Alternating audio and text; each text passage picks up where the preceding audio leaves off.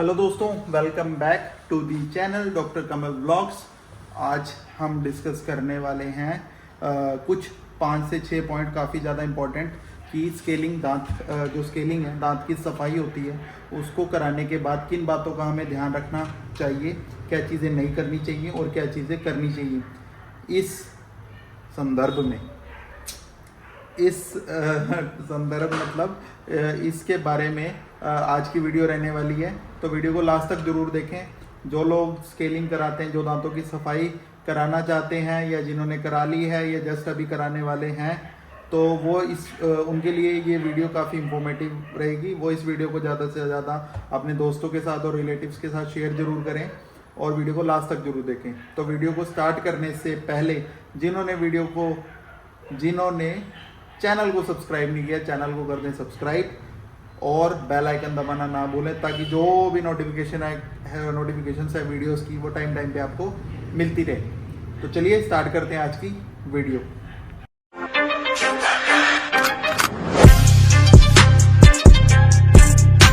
तो देखो, सबसे पहली और मोस्ट इम्पॉर्टेंट बात, ठीक है, जब आपके एक तरह से आप स्केलिंग करवा लेते हैं, दांतों की सफाई करवा लेते हैं, तो उसके तुरंत बाद आप कुछ भी ठंडा या गर्म एकदम से ना कंज्यूम करें। एकदम से ज़्यादा गर्म चाय ना पिएं, गर्म दूध ना पिएं, कुछ भी गर्म चीज़, हॉट सूप जो है वो ना पिएं। कुछ भी गर्म चीज़ हो सकती है, वो नहीं आपको पीनी।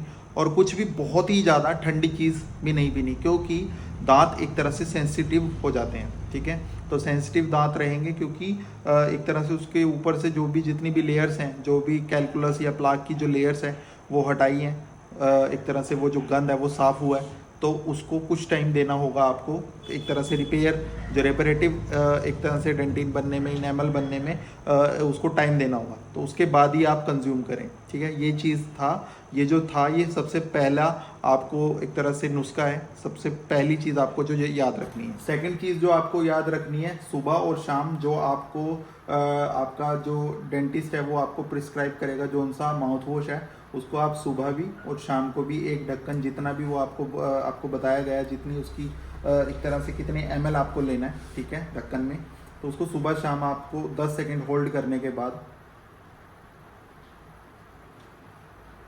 ऐसे चारों तरफ, ठीक है, पूरे इधर भी लेफ्ट राइट अप और डाउन, चारों तरफ आपको मुंह में घुमाना है और अच्छे से घुमा के 10 सेकंड होल्ड करने के बाद उसको स्पिट करना है, ताकि जितना भी एक तरह से आपका इन्फेक्शन है वो एक तरह से रिलीफ हो। और हाँ, इससे क्या ठंडक आपको मिलेगी, अगर थोड़ा बहुत सेंसिटिविटी भी आपको है तो वो ख़त्म हो जाएगी। ये आपको सुबह और शाम करना है, रात को सोने से पहले और सुबह आप जैसे कुछ भी आपको खाना पीना, जैसे आप उठ गए हैं फ्रेश होने के बाद, आपको जैसे आप जो लोग सुबह ब्रश करते हैं उसके बाद आप कर सकते हो ये माउथ वॉश।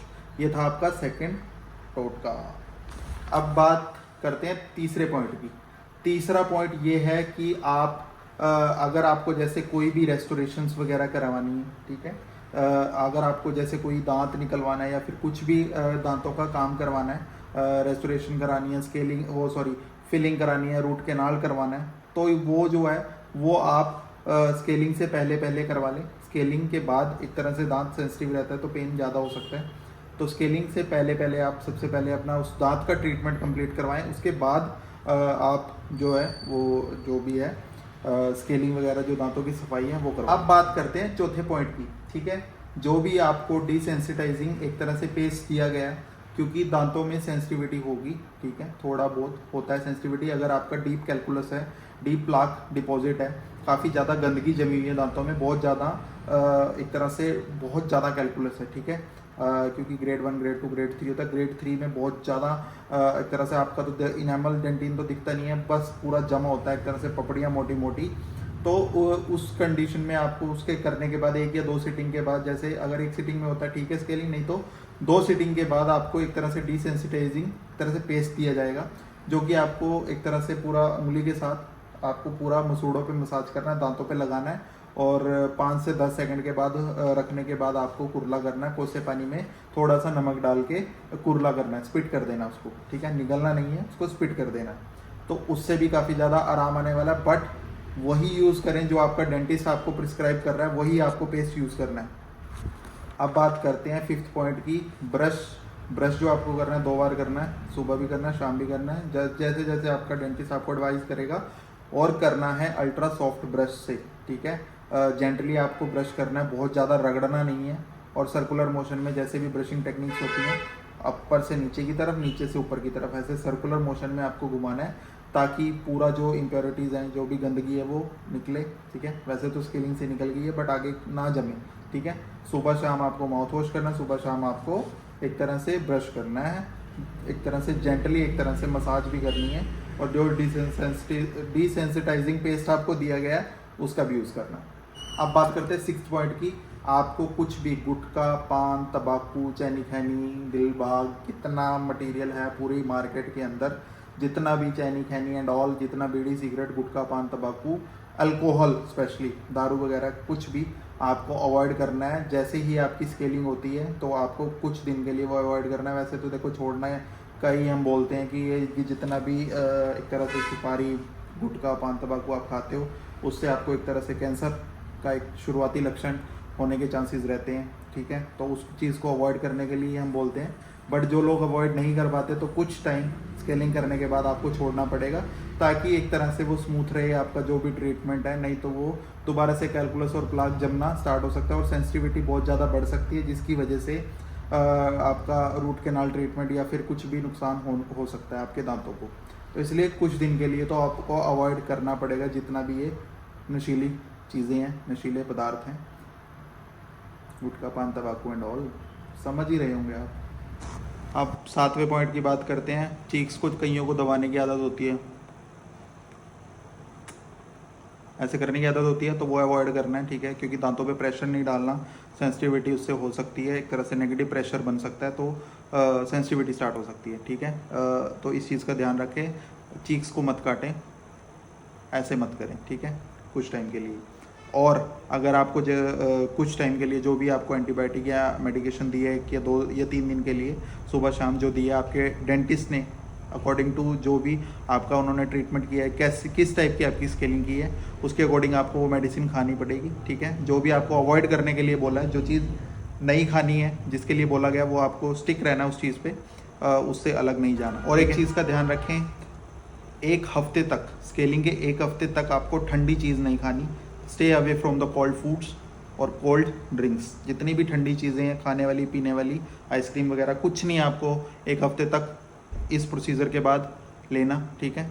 कुछ भी आपको 1 हफ्ते तक कुछ भी नहीं खाना पीना, मतलब जो भी ठंडी चीज़ है, नॉर्मल अपना खाना पीना खाएं, बट ठंडी चीज़ अवॉइड करनी है, बहुत ज़्यादा दूर रहना है 1 हफ्ते तक, ठीक है ना भाई। और कोसे पानी में नमक डाल के आपको उसी दिन से, सेम डे से, दिन में 3 या 4 बार कुल्लू करने हैं। आपको पता है नमक में एंटीबैक्टीरियल इफेक्ट होता है, जितना भी इन्फेक्शन है वो कम होगा, सेंसिटिविटी कम होगी, बाकी जो आपका डॉक्टर आपको बताएगा। बट ये नॉर्मल जनरल चीज़ है, ये डॉक्टर आपके बताएंगे, आपको आपके डेंटिस्ट आपको बताएंगे, ये कोसे पानी में नमक डाल के कुल्लू वाली चीज़, ठीक है। एंटीबैक्टीरियल इफेक्ट होता है सॉल्ट में, सबको पता है। तो ये कुछ पॉइंट्स थे जो काफ़ी, देखो पॉइंट्स काफ़ी होते हैं, बट मैं चुनिंदा वो सिलेक्ट करता हूँ जो काफ़ी ज़्यादा इंपॉर्टेंट है, और जो जिस चीज़ की लोग ज़्यादातर एक तरह से कंप्लेंट्स करते हैं, ठीक है, जिससे दिक्कत आने वाली, जिससे ज़्यादा दिक्कत आती है, ठीक है, स्केलिंग के बाद, मैं वही चीज़ डिस्कस करता हूँ, ठीक है, जो जर्नली कॉमन चीज़ें हैं दांतों से रिलेटेड, ठीक है। तो वीडियो को ज़्यादा से ज़्यादा शेयर करें। और देखो स्केलिंग जो है, कई पेशेंट्स में सिंगल सिटिंग में स्केलिंग हो जाती है, कई पेशेंट्स में 2 या 3 सीटिंग तक हो जाता है। मतलब अगर कैलकुलस या प्लाक बहुत ज़्यादा है तो 2 या 3 सीटिंग भी हो सकती हैं, डिपेंड्स अपॉन कितना आपके पास टाइम है स्केलिंग कराने के लिए, ठीक है। एक दिन में भी काफ़ी हद तक 80 to 90% स्केलिंग हो जाती है, बट वो डिपेंड करता है कि आपके पास टाइम है या फिर आपके डेंटिस्ट के पास टाइम है, ठीक है। तो इस हिसाब से रहता है। बाकी एंटीबायोटिक्स लें, जो भी शुरू में लेना पड़ता है, क्योंकि सेंसिटिविटी अगर है आपको तो लेनी पड़ेगी, पेन भी हो सकता है, ठीक है। तो घबराएं मत। कई लोगों को ये लगता है कि ब्लीडिंग आ रही है मेरे मुंह से, तो डॉक्टर साहब कहीं कुछ हो तो नहीं गया, कोई इन्फेक्शन तो नहीं है, कोई कीड़ा बाहर तो नहीं आ गया, कीड़ा अंदर तो नहीं चला गया। तो ये ब्लीडिंग आना कॉमन चीज़ है, सब में आती है ब्लीडिंग, डरने वाली कोई बात नहीं है इसमें, कि खून आ रहा है स्केलिंग करते वक्त, तो कुछ नहीं, डरना नहीं है। वो एक तरह से बैड ब्लड होता है, जो गंदा खून होता है जो जमा होता है वो निकलता है, ठीक है। कैलकुलस पकड़ के रखता है पूरा एक तरह से मसूड़े को और दांत को, दांत की जड़ को। जब वो निकलता है तो वो उसको जगह को खाली करता है और वो थोड़ा सा जो गंदा खून है वो जमा होता है, वो निकलता है बाहर, ठीक है। उसके बाद हेल्दी टिश्यू जो है वो आ जाता है, ठीक है। उसका आप टेंशन ना लें, ठीक है। तो ये था आज का वीडियो। जिसने चैनल को सब्सक्राइब नहीं किया, चैनल को फटाफट से भाइयों सब्सक्राइब कर दो और वीडियो को ज़्यादा से ज़्यादा शेयर ज़रूर करें। कमेंट बॉक्स में बताएं कि कैसा आपको हमारा जो ये डेंटल की जो एक तरह से वीडियोस चल रही हैं कैसी लग रही हैं। ज़्यादा से ज़्यादा वीडियो को शेयर करें, बेल आइकन दबा दें ताकि नोटिफिकेशन वीडियोस की आपको मिलती रहे। जल्दी ही मिलते हैं आपसे नेक्स्ट वीडियो में। Thank you so much. जय हिंद।